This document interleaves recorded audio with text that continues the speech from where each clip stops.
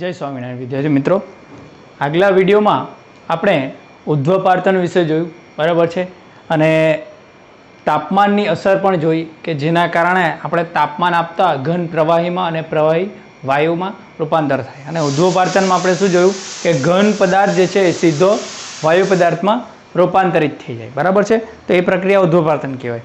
હવે તાપમાનની અસર આપણે જોઈ હતી કે તાપમાનની અસર જે છે એનાથી દ્રવ્યની અવસ્થામાં શું ફેરફાર થાય. તો હવે દબાણની અસર જોવાના છે.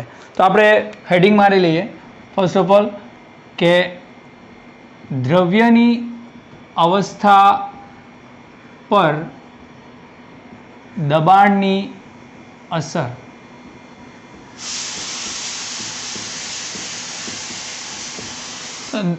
દ્રવ્યમાં જે દબાણની અસર છે એ અત્યારે આપણે જોવાના છે. તો એ પહેલાં દબાણ જે છે એ શું છે એના વિશે જાણી લઈએ.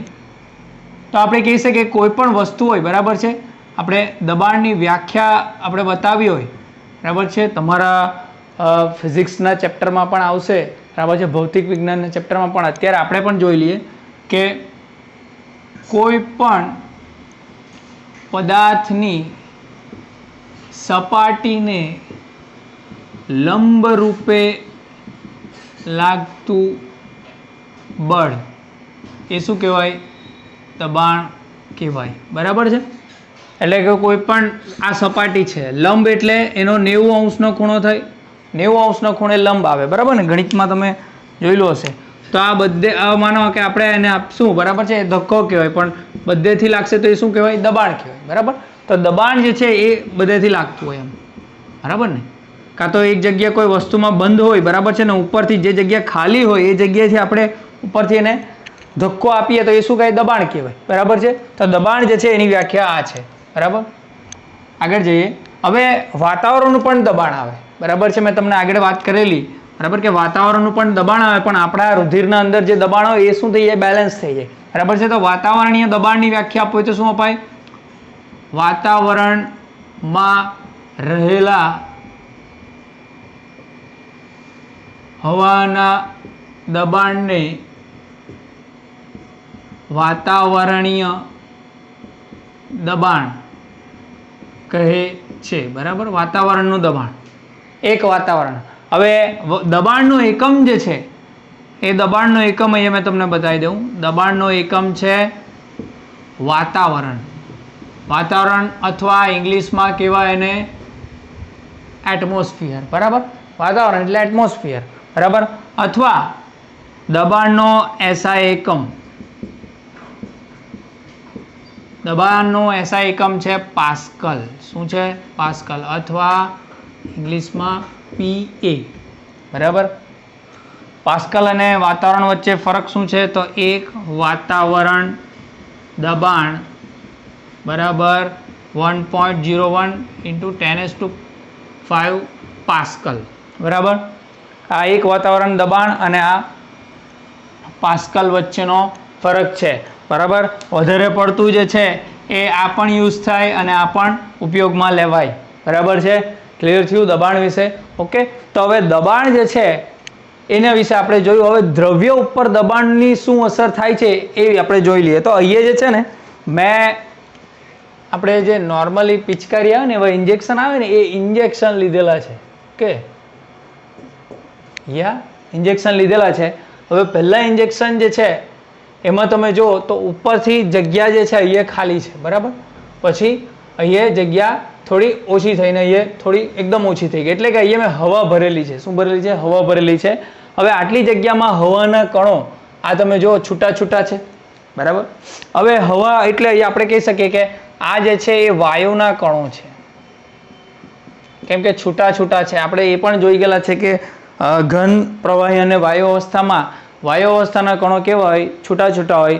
એમાં જગ્યા જે છે વધારે હોય, જ્યારે પ્રવાહીમાં થોડું ઓછું હોય, અને ઘનમાં તો એકદમ બાજુમાં એકદમ, કેમ કે એમની વચ્ચે જે આંતરાણીય આકર્ષણ બળ હોય એ કેવું હોય? સૌથી વધારે હોય, બરાબર છે. તો અહીંયા જે છે વાયુ મેં અંદર ભરેલો હતો અને મેં શું કર્યું કે પહેલે કોઈ પણ જાતનું દબાણ આપેલું નથી, બરાબર. હવે થોડું દબાણ આપ્યું ને તો કણો જે છે એ જગ્યા ઓછી થઈ ગઈ. હવે પહેલા આટલી જગ્યા હતી, હવે કેવી થઈ ગઈ? ઓછી થઈ ગઈ. તો કણો એકદમ બાજુમાં આવી ગયા, બરાબર છે. તો કણો બાજુમાં આવી ગયા તો દ્રવ્યની અવસ્થા બદલાઈ ગઈ, એટલે કે જે વાયુ અવસ્થા હતી હવે શું થઈ ગઈ, આ પ્રવાહી અવસ્થા બની ગઈ, બરાબર છે। હવે શું બની ગઈ, પ્રવાહી, બરાબર। પહેલે વાયુ હતી, હવે શું થઈ ગઈ, અવસ્થા પ્રવાહી થઈ ગઈ। કેમ આવું થયું, કેમ કે એમના ઉપર મેં દબાણ આપી દીધું અને દબાણ આપતા જે છે એ કણો શું થઈ ગયા, બાજુમાં આવી ગયા, અને કણો જેટલા બાજુમાં આવશે તો અવસ્થામાં શું થવાનું, ફેરફાર થવાનો। હવે હજુ મેં દબાણ આપ્યું તો હવે શું થઈ ગયું, જો પહેલે અહીંયા કંઈ નહીં આપેલું તો અહીંયા મેં દબાણ આપ્યું તો કણો થોડા બાજુમાં આવી ગયા, હવે ફરી પાછું વધારે દબાણ આપ્યું તો કણો એકદમ બાજુમાં આવી ગયા, તો હવે અવસ્થા કઈ થઈ ગઈ, ઘન અવસ્થા થઈ ગઈ। કઈ થઈ ગઈ, ઘન અવસ્થા, બરાબર છે। એનો મતલબ શું થયો કે આપણે કહી શકીએ કે અહીંયા આપણે એક પોઈન્ટ લખી શકીએ કે વાયુ અવસ્થા પર દબાણ આપતા તે અવસ્થા પ્રવાહીમાં રૂપાંતરણ થાય છે, અને જ્યારે પ્રવાહી અવસ્થા પર હજુ વધારે દબાણ આપતા તે ઘન અવસ્થામાં રૂપાંતર પામે છે। Okay, clear. એટલે વાયુ હતું, પછી દબાણ આપ્યું તો પ્રવાહી, અને પછી દબાણ આપ્યું તો ઘન। ઓકે, આટલું તો ક્લિયર થઈ ગયું। ઓકે, હવે આના ઉપરથી આટલું તો તમને સમજાઈ ગયું કે તાપમાનમાં કેવું છે કે ઘનમાં તાપમાન વધારે તો પ્રવાહી થાય, પ્રવાહીમાં તાપમાન વધારે તો વાયુ થાય। તો વાયુનું પાછું ઉલટું થયું તો દબાણ આપે તો પ્રવાહી થાય, પાછું પ્રવાહીને દબાણ આપે તો ઘન થાય, બરાબર છે। પરંતુ આપણે ઉદ્ભવપાર્થન પણ જોયેલું હતું કે કેટલાક પદાર્થો એવા છે, કેટલાક દ્રવ્યો એવા છે જેમ કે એમોનિયમ ક્લોરાઇડ, કપૂર, બરાબર, જે સીધું ઉદ્ભવપાર્થન થાય એટલે ઘન સ્વરૂપમાંથી સીધું વાયુ સ્વરૂપમાં જાય, પ્રવાહી સ્વરૂપમાં નહીં જાય, બરાબર। તો એવી રીતે અહીંયા પણ એક પદાર્થ છે જેને કહેવાય ઘન CO2, બરાબર, એટલે ઘન કાર્બન ડાયોક્સાઇડ, બરાબર। હવે એમાં શું છે કે એ વાયુ, અહીંયા મેં કાર્બન ડાયોક્સાઇડને જો દબાણ આપું ને તો એ પ્રવાહી સ્વરૂપમાં રૂપાંતરિત નહીં થાય, પણ સીધો ક્યાં જતી રહી, ઘન સ્વરૂપમાં જતી રહી, બરાબર। એટલે એને ઘન CO2 કહેવાય, અથવા તો પછી એનું બીજું નામ છે સૂકો બરફ। શું છે, સૂકો બરફ, બરાબર છે। ઘન CO2 એટલે સૂકો બરફ। પ્રશ્ન પૂછાય છે કે સૂકો બરફનું અણુસૂત્ર લખો, અથવા તો સૂકો બરફ કોને કહેવાય, તો ઘન કાર્બન ડાયોક્સાઇડને શું કહેવાય, સૂકો બરફ કહેવાય, બરાબર છે। ક્લિયર થયું। કારણ કે જ્યારે આના ઉપર દબાણ આપવામાં આવે, બરાબર છે, જ્યારે વાયુ સ્વરૂપ CO2 પર દબાણ આપવામાં આવે છે ત્યારે તે સીધે સીધું ઘન સ્વરૂપમાં ફેરવાય છે, બરાબર। સૂકો બરફ એટલે કે ઘન CO2 એટલે કે ઘન કાર્બન ડાયોક્સાઇડ, બરાબર। ક્લિયર થઈ ગયું, સમજ પડી ગઈ। ઓકે, તો આજના માટે આપણે આટલું જ, બરાબર છે। આગળની જે ચર્ચા જે છે આગલા વિડીયોમાં કરીશું। અગર આના ઉપર કોઈ પણ પ્રશ્ન હોય તો મને પૂછી શકો છો, બરાબર। આ જે ટોપિક જે છે, આ ટોપિક એના વિશેની નોટ્સ તમારે આ નોટ્સ લખવાની છે, બરાબર છે। ઓકે, જય સ્વામિનારાયણ। જય સ્વામિનારાયણ વિદ્યાર્થી મિત્રો। તો હવે આપણે છેલ્લા વિડીયોમાં દબાણની અસર જોયેલી હતી, ઠીક છે। તો હવે ત્રણેય અવસ્થા જે છે એ કઈ કઈ પ્રક્રિયાથી, બરાબર છે, કઈ કઈ પ્રક્રિયાના કારણે અવસ્થાઓ બદલાઈ શકે એનો એક આપણે એક કોઠો બનાવી લઈએ તો વધારે સમજ પડે। તો એના માટે અહીંયા મેં હેડિંગ મારેલું છે ત્રણેય અવસ્થાનું રૂપાંતર, ઠીક છે। તો અહીંયા આપણે ઘન અવસ્થા, અહીંયા આપણે લઈ લઈએ પ્રવાહી, ये ले लिए प्रवाही अवस्था ने ये ले लिए वायु अवस्था, ठीक है। હવે ઘન અવસ્થા જે છે એ પ્રવાહી અવસ્થામાં કઈ પ્રક્રિયા થઈ જાય એ આપણે જોઈ લઈએ. તો ઘન અવસ્થામાંથી આપણે પ્રવાહી અવસ્થામાં રૂપાંતર કરવું હોય તો આપણે કઈ પ્રક્રિયા જોઈ લી? તો ગલન પ્રક્રિયા. બરાબર છે, ગલન પ્રક્રિયા. પછી પ્રવાહી અવસ્થામાંથી વાયુ અવસ્થામાં તો બાષ્પીભવન પ્રક્રિયા. કઈ પ્રક્રિયા? બાષ્પીભવન પ્રક્રિયા. બરાબર છે. અને આપણે વાયુ અવસ્થામાંથી ઘન અવસ્થામાં, બરાબર છે, એ કઈ પ્રક્રિયા? અને એને બંને સરખી જ થાય કે ઘન અવસ્થામાંથી વાયુ અવસ્થામાં, જે આપણે જોઈ લી કપૂર અને આ એમોનિયમ ક્લોરાઇડ વાળી કઈ છે? ઉધ્વરપાતન પ્રક્રિયા. આ બંને પ્રક્રિયા જે છે એ સરખી જ થાય, એટલે કે ઘન અવસ્થામાંથી વાયુ, બરાબર છે, અને વાયુ અવસ્થામાંથી ઘન અવસ્થા, એ બંને પ્રક્રિયાનું નામ શું છે? ઉધ્વપાતન જ છે. બરાબર. તો આ થઈ ગઈ. બરાબર. પણ હવે માનો કે પ્રવાહી અવસ્થામાંથી આપણે વાયુ અવસ્થામાંથી પ્રવાહી અવસ્થામાં લઈ જવું હોય તો, વાયુ અવસ્થામાંથી પ્રવાહી અવસ્થામાં લઈ જવું હોય તો શું કહી શકાય આપણે? એને કહેવાય, એ જગ્યા નથી, એ લખી દઉં, સંઘનન. શું કહેવાય? સંઘનન. ઓકે. અને પ્રવાહી અવસ્થામાંથી આપણે ઘન અવસ્થામાં લઈ જવું હોય તો ઠારણ અથવા ઘનીકરણ. બરાબર, કોઈ પણ ચાલે. ઠારણ અથવા ઘનીકરણ. બરાબર.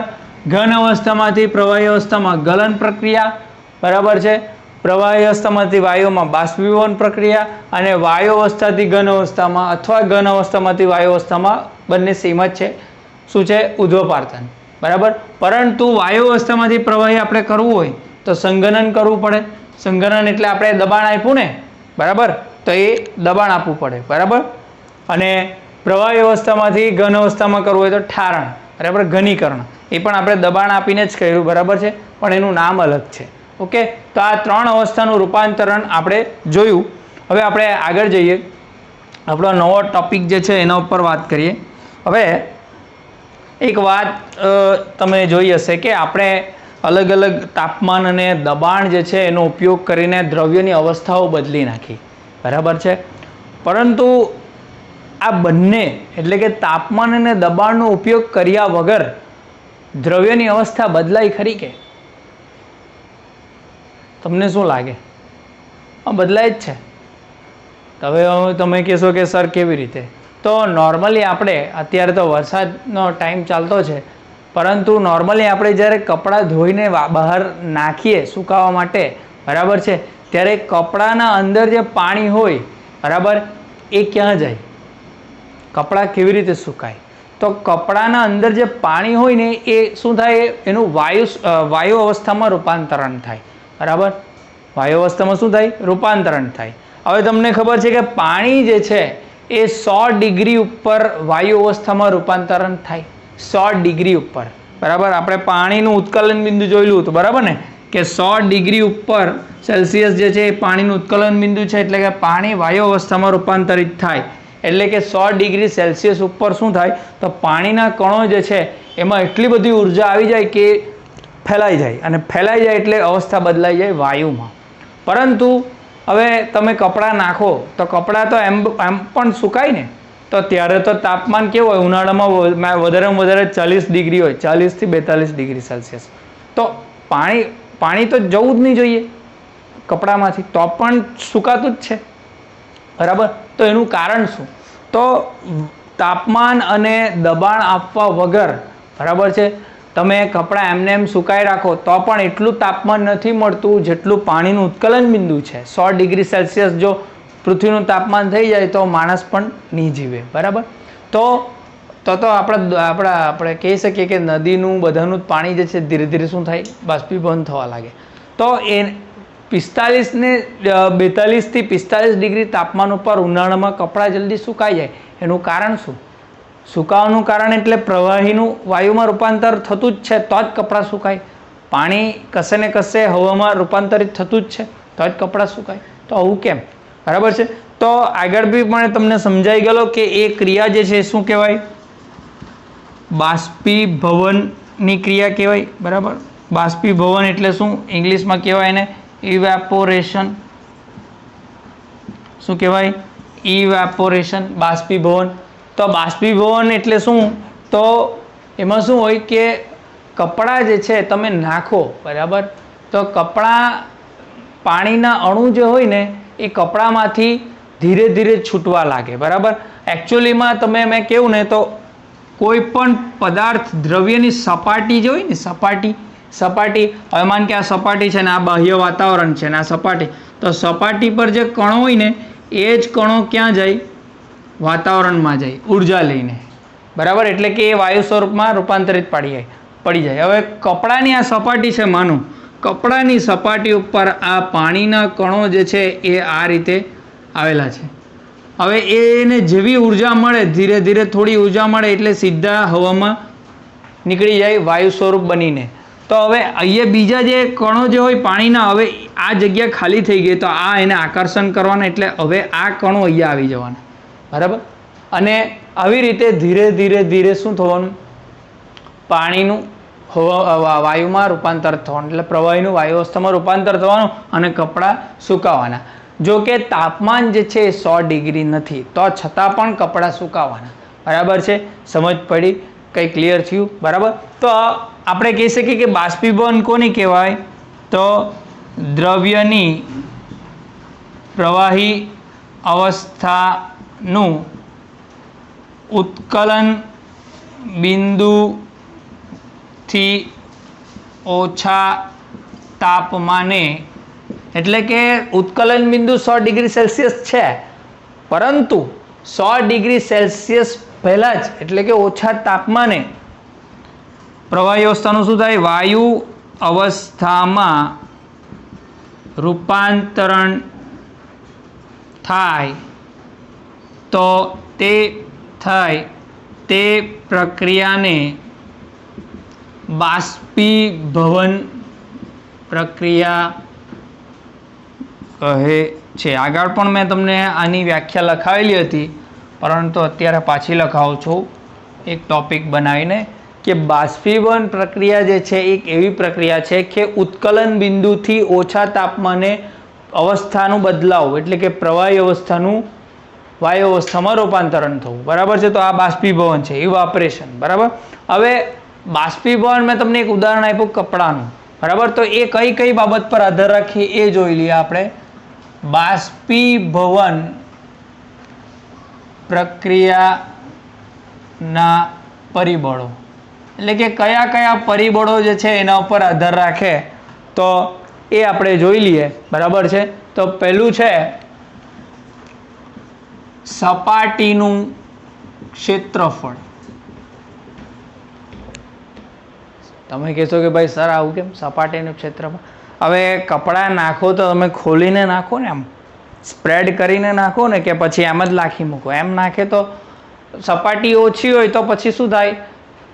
પાણી જે છે એટલે પ્રવાહી જે છે એનું વાયુ અવસ્થામાં રૂપાંતરણ થાય જ નહીં. એટલે કપડાં જેટલા ખુલ્લા કરશો એટલી સપાટી વધારે, એટલા જ કણો જે છે એ સપાટી ઉપરથી વાયુ અવસ્થામાં રૂપાંતરિત થવાના. એટલે સપાટી જેટલી વધારે એટલું બાષ્પીભવન વધારે. એટલે કપડાં તમે ખુલ્લા કરીને નાખો, આમને એમ નાખી મૂકો તો જલ્દી સુકાય જ નહીં, બરાબર છે. તો સપાટી જેમ વધારે તેમ બાષ્પીભવન વધારે. તો એ લખી દઈએ આપણે, સપાટી જેમ વધુ તેમ બાષ્પીભવનની ક્રિયા પણ વધુ, બરાબર છે. કાં તો ઝડપી લખી દઈએ, ઝડપી, બરાબર. ઓકે, ચાલો બીજું આપણે જોઈએ. તાપમાનમાં વધારો. તો આ તો બધાને જ ખબર છે. અત્યારે કપડાં નાખો તો સુકાય નહીં જલ્દી, શિયાળામાં નાખો તો સુકાય નહીં જલ્દી, પરંતુ ઉનાળામાં નાખો તો સુકાઈ જાય. કેમ? તો તાપમાન જેટલું વધારે એટલા જ પ્રવાહી, એટલે કે કપડાના અંદર જે પાણી હોય ને એના કણો એટલા જ જલ્દી એમાંથી ઉર્જા લઈને શું કરે? ભાગી જાય, એટલે કે વાયુ અવસ્થામાં નીકળી જાય, બરાબર છે. તો આપણે કહી શકીએ તાપમાન વધુ તેમ બાષ્પીભવનની ક્રિયા ઝડપી, બરાબર. જેટલું તાપમાન વધારે એટલી બાષ્પીભવનની ક્રિયા ઝડપી, બરાબર. પછી ત્રીજો પોઈન્ટ આપણે જોઈએ. ત્રીજો પોઈન્ટ છે હવામાં ભેજનું પ્રમાણ. હવે અત્યારની જ વાત ચાલતી છે, એટલે કે વરસાદની વાત. વરસાદમાં એટલે કે હવા ઠંડીમાં પણ ભેજનું પ્રમાણ વધારે હોય વાતાવરણમાં. ભેજ એટલે પાણીની બાષ્પ, બરાબર ને. પાણીની ભેજ, ભેજ એટલે ભેજ કહે ને, સવારે નીકળે તો પેલી ઝાખળ લાગે તે ભેજ જ હોય, બરાબર છે. તો હવામાં જેટલું ભેજ વધારે એટલે કે પાણીના અણુઓ વધારે એટલું બાષ્પીભવન ઓછું થવાનું, કેમ કે ઓલરેડી વાતાવરણમાં એટલું પાણીનું ભેજ જે છે એ વધારે છે, તો કણો જે છે એ જવાના નહીં મળે, બરાબર છે. તો આપણે કહી શકીએ કે હવામાં ભેજનું પ્રમાણ વધુ તો બાષ્પીભવન ધીમું, એટલે કે જેટલું ભેજ વધારે એટલું ધીમું, બરાબર. અને ચોથું છે પવનની ઝડપ. પવનની ઝડપ. હવે તમને ખબર છે કે પવન આપણે કેમ જ્યારે વરસાદ આવતો હોય ને બહાર જે છે એ કપડાં સુકાવા આપણાથી નહીં નખાય, ત્યારે ઘરમાં આપણે સુકાવા નાખીએ ને પંખો ચાલુ કરી દઈએ, બરાબર, તો પણ સુકાઈ જાય. કેમ આવું? કેમ કે જેટલી પવનની ઝડપ હોય તે શું કરે, બાષ્પીભવન કપડાના અંદર જે પાણીના અણુ હોય એને શું લઈ જાય સાથે, બરાબર. એના કારણે જે છે એ પવનની ઝડપ જેટલી વધારે, બરાબર, પવનની ઝડપ વધુ તેમ બાષ્પીભવન પણ શું થવાનું, ઝડપી થવાનું, બરાબર. ક્લિયર? સમજ પડી ગઈ? ઓકે. તો આ પરિબળો જે છે 4 એ બાષ્પીભવન પ્રક્રિયાના પરિબળો છે, એટલે કે બાષ્પીભવન જે છે એ આ પરિબળો ઉપર આધાર રાખે છે, બરાબર. આજે આપણે શું જોયું? તો 3 અવસ્થાઓનું રૂપાંતરણ જોયું. અલગ અલગ પ્રક્રિયાઓ જે આપણે કરી એ બાષ્પીભવન વિશે વાત કરી આપણે, અને બાષ્પીભવન પ્રક્રિયા જે છે એ કયા પરિબળો ઉપર આધાર રાખે એના વિશે જોયું આપણે, બરાબર છે. તો આ વિડીયો જે છે અહીંયા જ સમાપ્ત થાય છે. આના ઉપર કોઈ પણ પ્રશ્ન હોય તો મને પૂછી શકો છો. ઠીક છે? જય સ્વામિનારાયણ.